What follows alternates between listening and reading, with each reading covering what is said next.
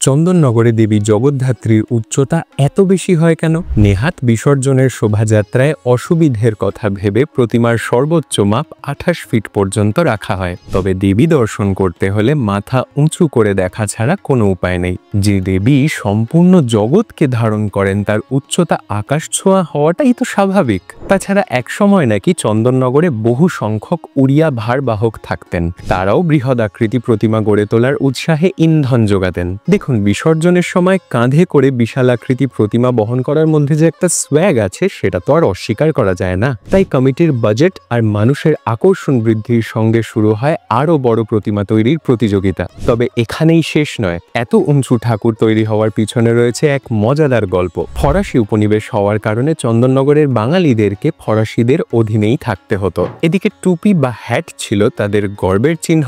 তাই চন্দননগরবাসী এক বুদ্ধিদীপ্ত উপায় বের করেন। তারা এত উঁচু করে ঠাকুর তৈরি করলেন যে ফরাসিরা যখন দেবী দর্শনের জন্য মাথা উঁচু করবে তখন তাদের প্রাইড খসে পড়বে। কারণ যাই হোক না কেন, মুঠোফোনে মাথা গুজে রাখা মানুষ এই সুযোগে না হয় পুজোর কদিন নয়ন মেলে দেখলেন জগতের বাহার।